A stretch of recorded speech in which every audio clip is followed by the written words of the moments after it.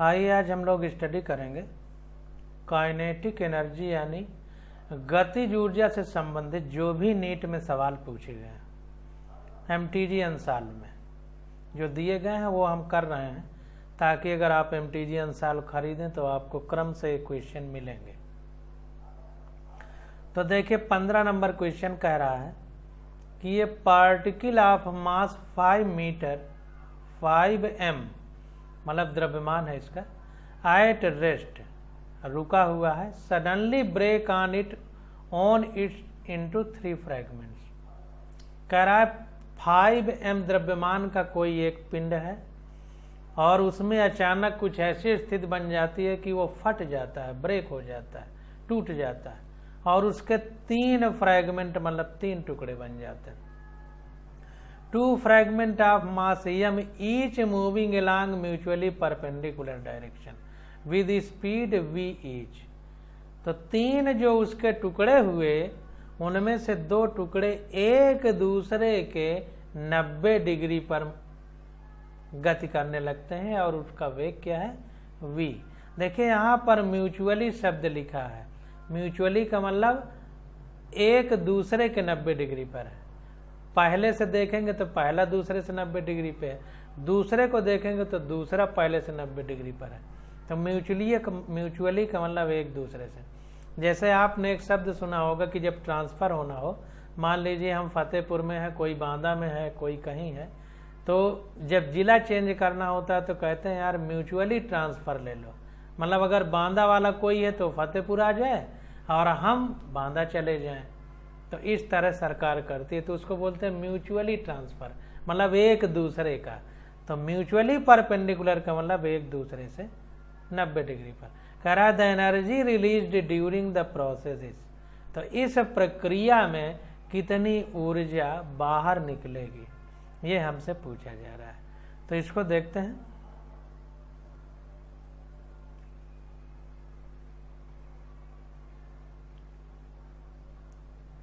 तो यहाँ पर देखिए जिस प्रकार की घटना हो रही है तो उसी से हम लोग तुलना करते हैं और उसी तरह का फिगर बनाते हैं। तो इसमें बता रहा है कि 5m द्रव्यमान था और m वाले एक दूसरे से 90 डिग्री पर गए।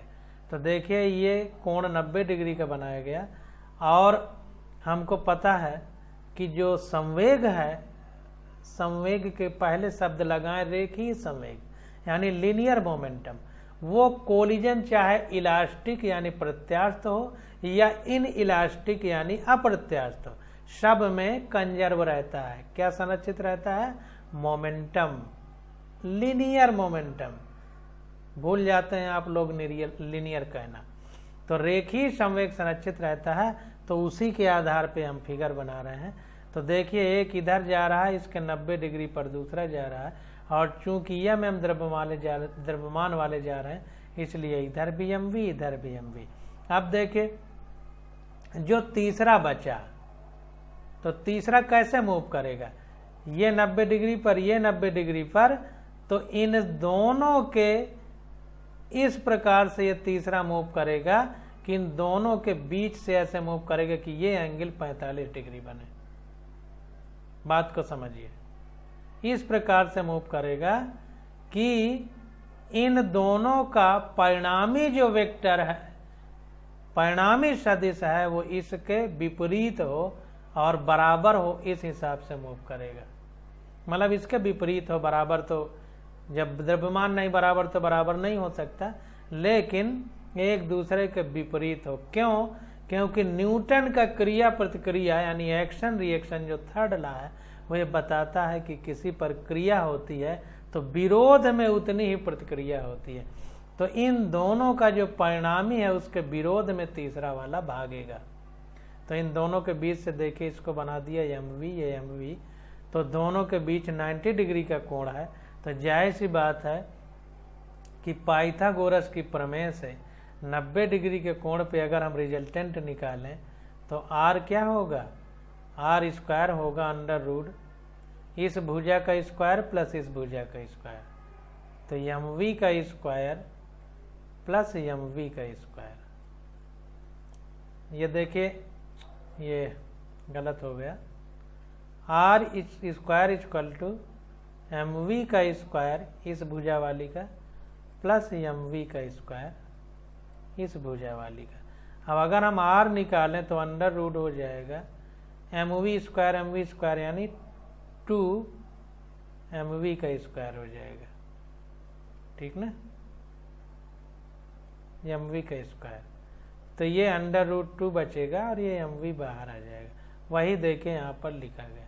तो इसका रिजल्टेंट इन दोनों के बीच में होगा। अब इसकी प्रतिक्रिया से जो 3m 5m द्रव्यमान था, एक ये हो गया एक ये हो गया, तो 2 ये और 3 बचा, तो 3m इधर भागेगा एम वी डैश से इसके विरोध में। तो अब देखते हैं, तो let the speed of the third fragment of mass 3m be V dash. कह रहा है मान लेते हैं कि जो 3m द्रव्यमान वाला पिंड है उसका वेग v डैश है, from law of conservation of linear momentum, रेखी संवेग संरक्षण के नियम से। क्या होगा, इसका संवेग इसके संवेग के बराबर होगा और विपरीत है तो एक दूसरे के दिशा विपरीत होगी। तो 3mv dash equal to under root 2mv। ये देखिए परिणाम है, अगर दिशा की बात करेंगे तो फिर एक में माइनस लगाना पड़ेगा क्योंकि एक की दिशा दूसरे के उल्टा है। तो इन बातों को ध्यान दीजिए। तो v डैश आ जाएगा अंडर रूट 2v/3। आप देखिए energy release during the process is. अब इस प्रक्रिया में कितनी ऊर्जा निकलेगी, तो अगर हमको ऊर्जा निकालना है तो जाहिर सी बात है कि ऊर्जा का लॉस हो रहा है, यानी पहले ऊर्जा ज़्यादा रही होगी बाद में कम हुई। तो अगर घटाने की बात आएगी तो हम पहले में बाद वाली घटाएंगे। तो के इक्वल टू 2 इस वाले का, इन दोनों के द्रव्यमान की बात हो रही, इसका और इसका। तो 2 और ब्रैकेट में हाफ एम वी स्क्वायर लिख दिया प्लस 1/2, क्योंकि half M V square formula होता है। अब इसकी बात हो रही तो 3mv डैश स्क्वायर लिख दिया। तो ये हो गया, 2 से 2 कटेगा तो M V square plus 1/2 3m और इसका स्क्वायर होगा तो ये हो जाएगा 2v²/9। ये v डैश की जगह इसको रखा है तो ये 2v²/9 आ गया। अब यहाँ पर देखिए एक दिमाग में कन्फ्यूजन ये उत्पन्न होता है कि संवेग निकालते समय रेखीय संवेग हमने दिशा का ध्यान दिया, लेकिन इसमें हम डायरेक्ट जोड़ते चले गए। तो इसमें इसलिए डायरेक्ट जोड़ते चले गए क्योंकि जो ऊर्जा है वो अदिश राशि है, तो इसमें सबकी ऊर्जा हम जोड़ लेंगे। हमसे कुल ऊर्जा कितनी लॉस हुई यही पूछ रहा है। तो जब टक्कर नहीं हुई थी उसके पहले की ऊर्जा निकाल लेंगे, फिर टक्कर के बाद की ऊर्जा निकाल लेंगे और जो भी अंतर आएगा तो बता देंगे कि इतना नुकसान हुआ। तो ये जो है energy release during this process. तो इस प्रक्रिया में ऊर्जा कितनी निकलेगी तो ये हम कैलकुलेट करते हैं। तो ये आ गया mv² प्लस mv²/3, तो आ गया 4/3mv²। इसको जब हमने सिंपल किया तो इस प्रक्रिया में ऊर्जा कितनी निकलेगी, टक्कर में ये पूरी जितनी भी है सबकी ऊर्जा को जोड़ दिया तो ये हमारी ऊर्जा आ गई 4/3mv²। ध्यान दीजिए इतनी ऊर्जा निकलेगी, क्वेश्चन में क्या पूछा है इसको समझ लेते हैं।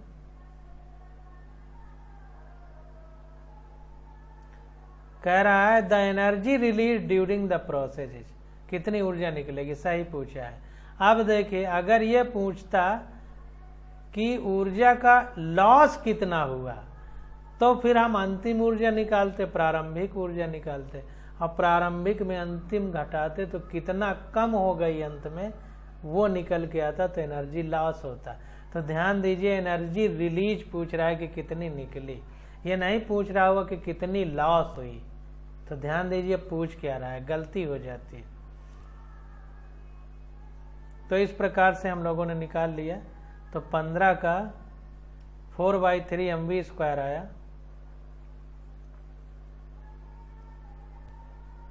4/3mv², डी वाला ऑप्शन करेक्ट। अब देखिए 16 नंबर क्वेश्चन देखते हैं। कह रहा है body of mass 4m is lying in XY plane at rest. एक 4m द्रव्यमान का कोई पिंड है, वो XY प्लेन में स्थित है, लाइंग का मतलब स्थित है। It suddenly explodes into 3 pieces, ये अचानक 3 टुकड़ों में फट जाता है। 2 pieces each of mass m move perpendicular to each other with equal speed v। अब कह रहा है कि 2 पिंड जिनका द्रव्यमान m है वो एक दूसरे से परपेंडिकुलर यानी लंबवत भागते हैं और वेग क्या है उनका v है। तो कह रहा है the total kinetic energy generated due to explosions.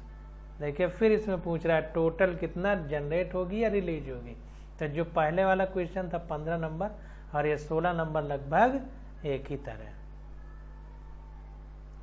तो यहाँ पर देखिए हमने फिगर बना दिया। तो 2 पिंड एक दूसरे से 90 डिग्री पे भाग रहे हैं, एक इधर यम द्रव्यमान वाले और वी वेग से x और y में। तो x और y के बीच में ये तीसरा भागेगा क्योंकि इसका रिजल्टेंट ये जाएगा।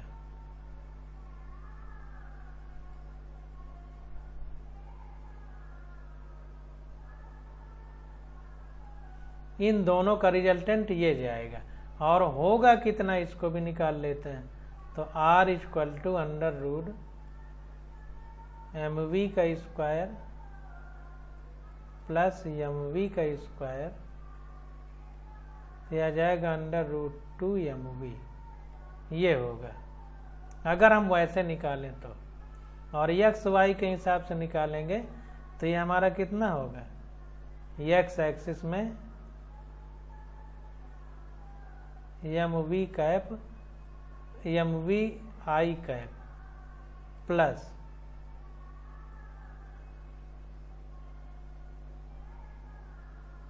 mv, ये x में i आता है, y में j कैप, ठीक ना, प्लस अब इसको v डैश माना है तो ये हो जाएगा इन दोनों के विरोध में 2m विक्टर v डैश, ये इस तरह इन दोनों के विरोध में। अभी निकालेंगे तो पूरी चीज निकल करके सामने आ जाएगी। अब इसमें देखिए i j नहीं रखा है इसलिए क्योंकि i j के बीच में निकालेंगे तो हो जाएगा रूट 2, इस तरह से आ जाएगा। अभी देखते हैं। तो यहाँ से इस तरह का फिगर बना कि ये यम वाले 90 डिग्री पे, तो इनका जो रिजल्टेंट इधर जाएगा उसके विरोध में ये 2m वाला भागेगा। तो let vector v dash be velocity of third pieces of mass 2m। तो कह रहा है मान लेते हैं कि जो तीसरा वाला है 2m वाला, इसका वेग v डैश है। Initial momentum vector pi equal to 0। देखिए प्रारंभ में जब टकराए नहीं थे तो क्या था, ये रेस्ट में थे, तो p इक्वल टू mv होता है, रेखीय संवेग इक्वल टू द्रव्यमान गुणे वेग। तो वेग जब 0 है, टक्कर ही नहीं हुई, रेस्ट में थे, स्थिर थे, तो 0 होगा। तो vector p i equal to 0 at the body is rest बता रहा है कि उस समय रेस्ट में थे। Final momentum vector p f equal to M v i cap plus M v j cap plus 2mv dash आ जाएगा। ये दोनों आई जे में है, आई कैप और जे कैप ये पता है, इसके बारे में नहीं पता तो 2mv डैश लिख दिया। अब देखिए ये फाइनल मोमेंटम आ गया, अंतिम संवेग। अब according to law of conservation of momentum, अब संवेग संरक्षण के अगर नियम से देखा जाए तो टक्कर के पहले का संवेग मान लीजिए mv1 plus mv2 equal to m1 v1 plus m1 v1 dash मान लिया जाए, तो mv2 प्लस mv2 डैश ऐसा अगर माने तो टक्कर के पहले तो रेस्ट में थे, तो ये पूरा 0 हो जाएगा, बराबर इतना होगा। तो देखिए टक्कर के पहले कह रहा है प्रारंभिक संवेग बराबर अंतिम संवेग, इनिशियल का मतलब प्रारंभिक, फाइनल का मतलब f। तो 0 हो गया, ये आ गया mv i cap plus 2mv j cap plus 2mv dash. तो ये v डैश आ गया minus v/2 i cap minus v/2 j cap. तो ये किधर को आ गया, देखिए v डैश अपने आप आ गया, हमने बताया था। तो इस दिशा में ये वेग होगा। अब the magnitude of v dash is, तो v डैश का मैग्नीट्यूड क्यों होगा, अंडर रूट माइनस v/2 का whole square plus under root minus v/2 का होल स्क्वायर। तो ये आ जाएगा v/√2, v/√2 आ जाएगा। अब ये देखिए ऐसा किया क्यों, ऐसा इसलिए किया कि ये दोनों 90 डिग्री हैं और इनके 20 से जा रहा है। तो इसका मतलब पाइथागोरस प्रमेय लगा देंगे तो v डैश का मतलब हो जाएगा इसका स्क्वायर और इसका स्क्वायर का योग, क्योंकि दोनों 90 डिग्री पे हैं। तो पाइथागोरस प्रमेय बताती है कि विकर्ण का स्क्वायर शेष दोनों भुजाओं के स्क्वायर के बराबर होता है, तो विकर्ण ही होगा डायगोनल।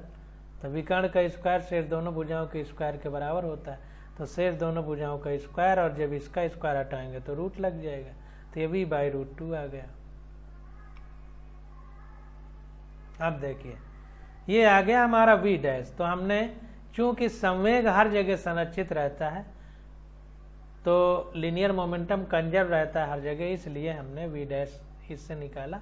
अब हम टोटल काइनेटिक एनर्जी निकालेंगे कि फटने के बाद कितनी होगी। तो देखिए half mv² plus half mv² plus half 2m v dash square.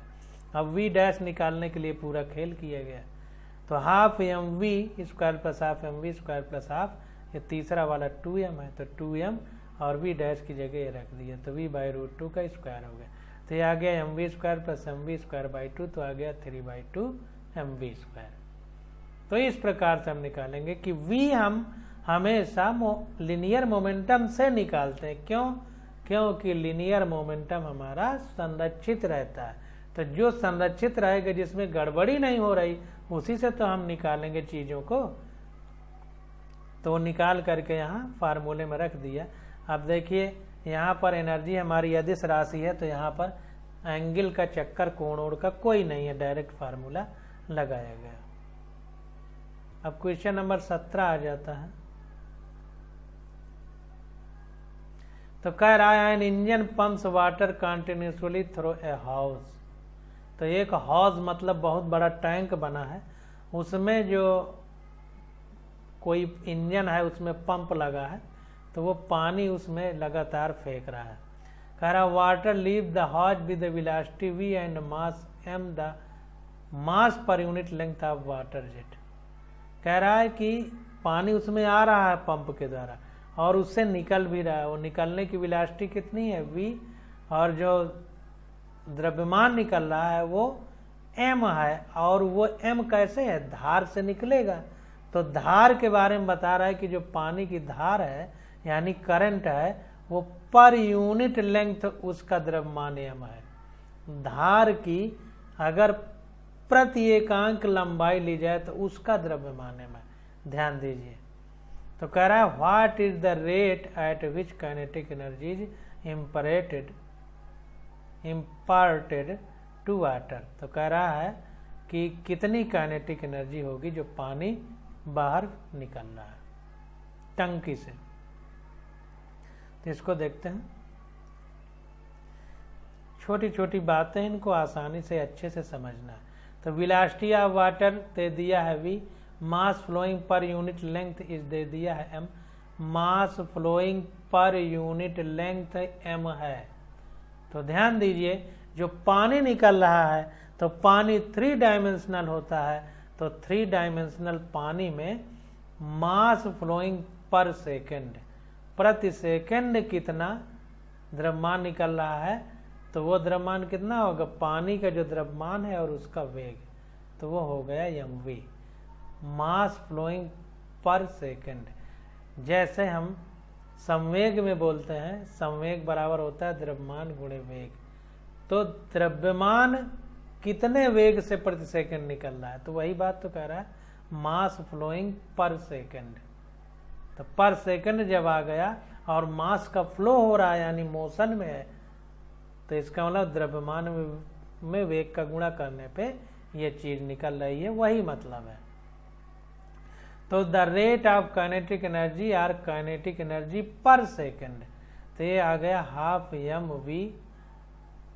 देखिए यहाँ पर ध्यान दीजिए, हमारा काइनेटिक एनर्जी होती है हाफ mv², लेकिन यहाँ पर जो यम है वो पर यूनिट लेंथ है। ध्यान दीजिए, आप समझ नहीं पाएंगे, हम समझा दे रहे हैं, नहीं तो गलती होगी। देखिए वेग क्या होता है, डिस्प्लेसमेंट अपॉन टाइम। तो डिस्प्लेसमेंट ही पर यूनिट लेंथ है। लंबाई और दूरी एक ही तरह तो नापी जाती है, और प्रति सेकंड निकल रहा है तो ये वेग ही तो हो गया। और इतने ही प्रति सेकंड में कितना मास निकल रहा है, m, तो इसलिए mv हो गया हमारा मास पर यूनिट लेंथ पर सेकंड। मास फ्लोइंग पर यूनिट लेंथ पर सेकंड। तो पर यूनिट लेंथ, तो लेंथ बटे सेकंड कहें, चाहे दूरी विस्थापन बटे सेकंड कहें, वही तो वेग है। तो mv लिखा है। तो ध्यान दीजिए, हाफ m की जगह mv क्यों लिखा है, समझ में शायद अब आपको आ गया होगा। तो ये हो गया 1/2 mv³, यही हमारा आंसर हो जाएगा। छोटी छोटी बातें हैं, बस समझने का खेल है। क्वेश्चन नंबर 18 देखते हैं।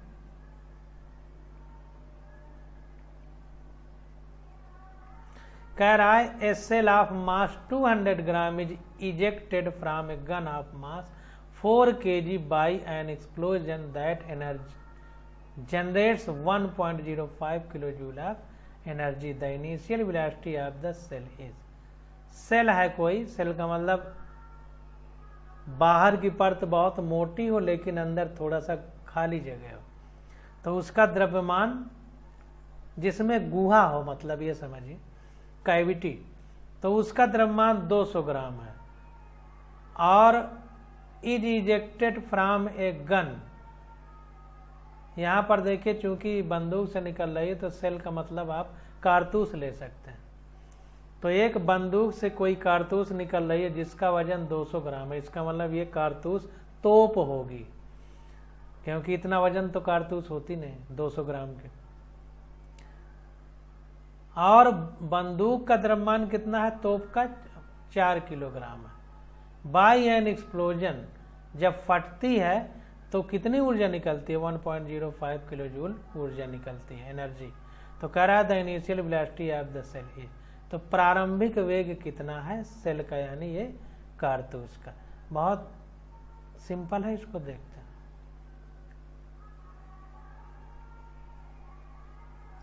तो ध्यान दीजिए, यहाँ पर देखिए छोटी छोटी गलतियां ये कर रहा है, इसको हमें ध्यान देना है कि चूंकि बंदूक और कारतूस एक दूसरे के विपरीत दिशा में जा रहे हैं, तो इसको माइनस का चिन्ह लगाना चाहिए कि जो गोली का संवेग है, रेखीय संवेग है, वो बंदूक के रेखीय संवेग के बराबर होगा, लेकिन दिशा विपरीत होगी, तो इसलिए माइनस चिन्ह लगाना चाहिए। नहीं लगा रहा है, कोई बात नहीं। तो गोली का संवेग रेखीय संवेग बराबर बंदूक का रेखीय संवेग। तो ये हमारा, चूंकि देखिए गोली और बंदूक दोनों रेस्ट में थे पहले, तो पूरा 0 हो जाएगा, तो उससे मतलब नहीं, बाद की बात करेंगे। तो गोली और बंदूक दोनों का संवेग बराबर होगा रेखीय संवेग संरक्षण के नियम से। तो ये v डैश आ गया, small m by capital M v, ये हमारा गोली का वेग निकल के आ गया। तो total kinetic energy of bullet and gun. अब अगर बंदूक और गोली दोनों की गतिज ऊर्जा की बात करें तो half mv² plus half capital M v dash square हो जाएगा। तो टोटल काइनेटिक एनर्जी क्या हो जाएगी, ये गोली की गतिज ऊर्जा है, ये बंदूक की, तो टोटल में हो जाएगा half mv² plus half m और v डैश की, ये निकाला है हमने, तो v डैश यहाँ पर रख दिया। देखिए फिर ध्यान दीजिए, देखिए v डैश संवेग से निकाला है, यहाँ भी v डैश संवेग से निकाला था। क्यों? क्योंकि ये संरक्षित रहता है, ऊर्जा संरक्षित नहीं रहती है, इसलिए दिक्कत आती है। ऊर्जा का मतलब यांत्रिक ऊर्जा, मैकेनिकल एनर्जी, टोटल एनर्जी तो कंजर्व रहेगी ही, ठीक ना। तो हम जो ऊर्जा बार बार कह रहे हैं, इसका मतलब यांत्रिक ऊर्जा यानी मैकेनिकल एनर्जी आप समझेंगे। तो टोटल काइनेटिक एनर्जी हो गई half mv² plus half M V dash की जगह वैल्यू रख दी। तो ये सॉल्व किया तो आ गया half mv² 1 plus small m बटे कैपिटल एम। आर हाफ, अब देखिए एम की वैल्यू जो दी गई है उसको रख दिया है यहाँ पर 0.2 कारतूस 200 ग्राम की थी तो किलोग्राम में बदला, और यहाँ पर ये 1 रखा प्लस 200 ग्राम की कारतूस किलोग्राम में, और बंदूक 4 किलोग्राम की है, और v की वैल्यू रख दिया v²।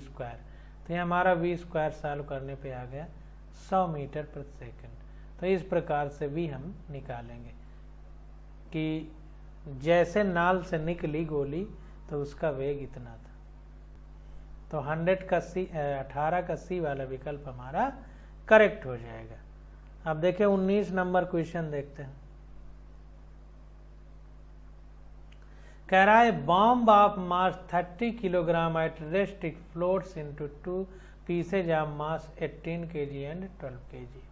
कह रहा है कि कोई 30 किलोग्राम द्रव्यमान का कोई बम है, अब वो फट जाता है तो उसके 2 टुकड़े हो जाते हैं 18 किलोग्राम के और 12 किलोग्राम के। कह रहा है जो the velocity of 18 kilogram mass is 6 metre per second. जो 18 किलोग्राम का द्रव्यमान है उसका वेग कितना है 6 मीटर प्रति सेकंड। तो कह रहा है the kinetic energy of the other mass is, तो जो दूसरा वाला है 12 किलोग्राम वाला उसका वेग क्या होगा। तो बहुत आसान है, देखिए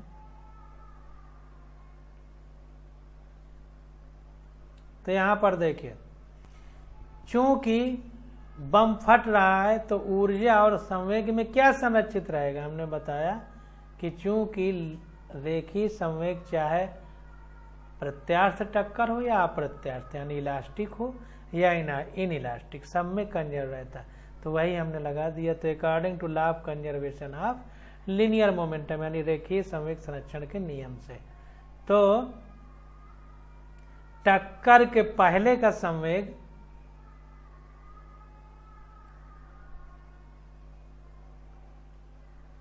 mv बराबर m1v1 प्लस m2v2।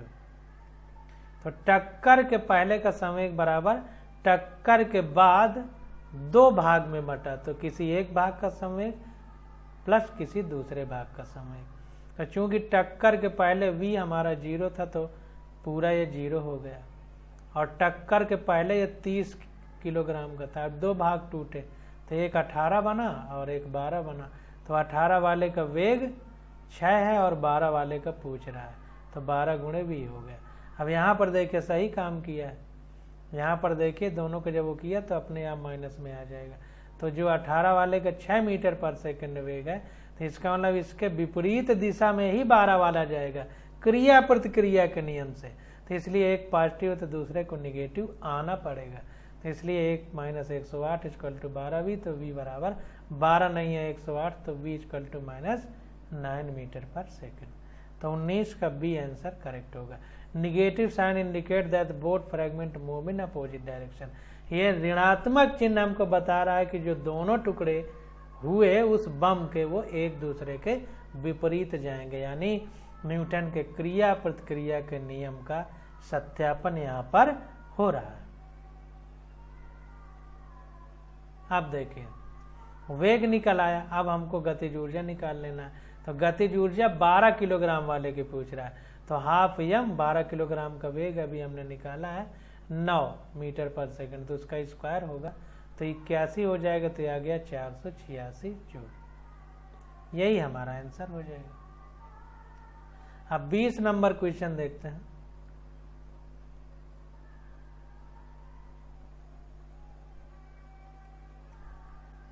कह रहा है particle of mass m1 is moving with the velocity v1 and another particle of mass m2 is moving with the velocity v2। Both of them have the same momentum but their different kinetic energy are e1 and e2 respectively. If m1 is greater than m2 then, तो अगर m1 ज्यादा है m2 से तो e और m में क्या ratio है, क्या मतलब संबंध है हमको बताना। तो देखिए कोई m1 द्रव्यमान का पिंड है उसका वेग v1 है, कोई m2 द्रव्यमान का पिंड है उसका वेग v2 है। दोनों का कह रहा है मोमेंटम सेम है। अब जाहिर सी बात है कि मोमेंटम सेम है तो दोनों एक दूसरे के विपरीत जाएंगे टक्कर के बाद, तभी मोमेंटम सेम होगा। लेकिन कह रहा है उनकी जो गतिज ऊर्जा है वो अलग अलग है, E1 और E2 है। तो अगर M1 ज्यादा है M2 से तो E1 E2 का M1 M2 से क्या संबंध है हमको बताना। तो देखते हैं। तो देखिए काइनेटिक एनर्जी का फार्मूला होता है, याद कर लीजिए। चूंकि ध्यान दीजिए बहुत इंपॉर्टेंट बात है कि चूंकि संवेग संरक्षित रहता है तो जब हम एनर्जी के बात करेंगे तुलना की E और M में तो यही फार्मूला लगाएंगे, kinetic energy equal to P²/2m। इसको याद कर लीजिए और NCERT पढ़ेंगे तो उसमें हो सकता है डेराइव भी किया गया हो, तो हमें ज़्यादा गणित में नहीं पढ़ना है। तो K equal to kinetic energy equal to P²/2m होता है। तो यही फार्मूला क्यों लगाया, इसलिए क्योंकि संवेग संरक्षित है, तो इसलिए ये कांस्टेंट होने की वजह से E और M में हम तुलना कर पाएंगे, नहीं तो तुलना नहीं कर पाएंगे। तो अब देखिए जब E1/E2 करेंगे तो P1²/2 M1/P2²/2m2 हो जाएगा। तो P कट जाएंगे क्योंकि कांस्टेंट है, संरक्षित है और दोनों एक दूसरे के बराबर भी है। तो E1/E2 हो जाएगा, ये ऊपर जाएगा नीचे आएगा, 2 से 2 कट जाएगा तो M2/M1 हो जाएगा।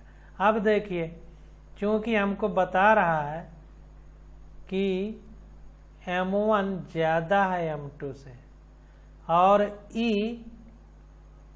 M के व्युत्क्रमानुपाती है, क्योंकि ऊपर E1 है तो M1 नीचे है, यानी व्युत्क्रमानुपाती इनवर्सली प्रोपोर्शनल है। तो इसका मतलब है कि जिसका द्रव्यमान ज्यादा होगा उसका काइनेटिक एनर्जी कम होगा। तो चूंकि M2 का द्रव्यमान कम है इसलिए M2 के लिए E2 यानी गतिज ऊर्जा ज्यादा होगी। वैसे भी सिंपल समझ लीजिए कि भागेगा कौन तेज, वेग किसका ज्यादा होगा, जिसका द्रव्यमान कम होगा। तो जाहिर सी बात है जिसका वेग ज्यादा होगा उसकी गतिज ऊर्जा ज्यादा होगी, क्योंकि गति के कारण ही तो गतिज ऊर्जा है। तो जिसकी गति ज्यादा होगी यानी वेग ज्यादा होगा उसकी गतिज ऊर्जा ज्यादा होगी, और गतिज ऊर्जा किसकी ज्यादा होगी, यानी वेग किसका ज्यादा होगा, जो हल्का होगा। तो जिसका द्रव्यमान कम होगा उसकी गतिज ऊर्जा ज्यादा होगी, और जिसका द्रव्यमान ज्यादा होगा उसकी गतिज ऊर्जा कम होगी। तो 20 का ए वाला आंसर हमारा करेक्ट हो जाएगा।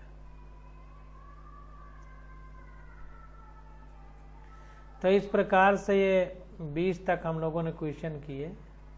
अब ये 21वां क्वेश्चन आ जाता है, तो इसकी स्टडी हम लोग अगले लेक्चर में करेंगे।